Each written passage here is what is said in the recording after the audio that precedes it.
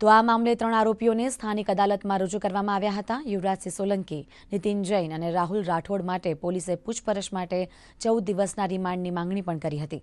સરકારી અને બચાવ પક્ષના વકીલોની દલીલો બાદ કોર્ટે 14 દિવસના રિમાન્ડ મંજૂર કર્યા છે।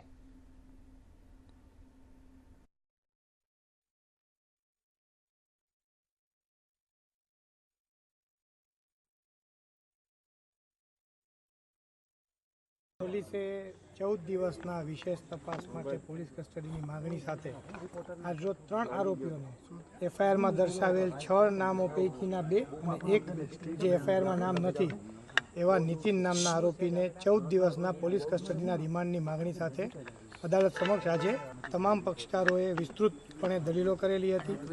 નામદાર અદાલત દ્વારા સરકાર તરફે થયેલી તમામ દલીલોને માન્ય રાખી તમામ આરોપીઓના 3 આરોપીઓના 14 દિવસના પોલીસ કસ્ટડીના રિમાન્ડ મંજૂર કરેલા છે। પાર્ટનરશિપ ડીડ જે પોલીસે કબજે કરી છે એ પાર્ટનરશિપ ડીડમાં જે પાર્ટનર તરીકે મુખ્ય કાવતરાખોરો પૈકીના જે આરોપીઓ છે એ લોકો હાલ નાસ્તા ફરતા છે, તેને પકડવાના છે। તેમજ જે તમામ પુરાવાઓ પોલીસે અત્યાર સુધી એકઠા કરેલા છે તે તમામ પુરાવાઓને આરોપી સમક્ષ મૂકી અને આરોપીના તે બાબતે કથનો નોંધી અને વિશેષ સચોટ પુરાવાઓ ભેગા કરવાના છે, જે મુખ્ય મુદ્દાઓ પર રિમાન્ડની માંગણી કરવામાં આવેલી હતી।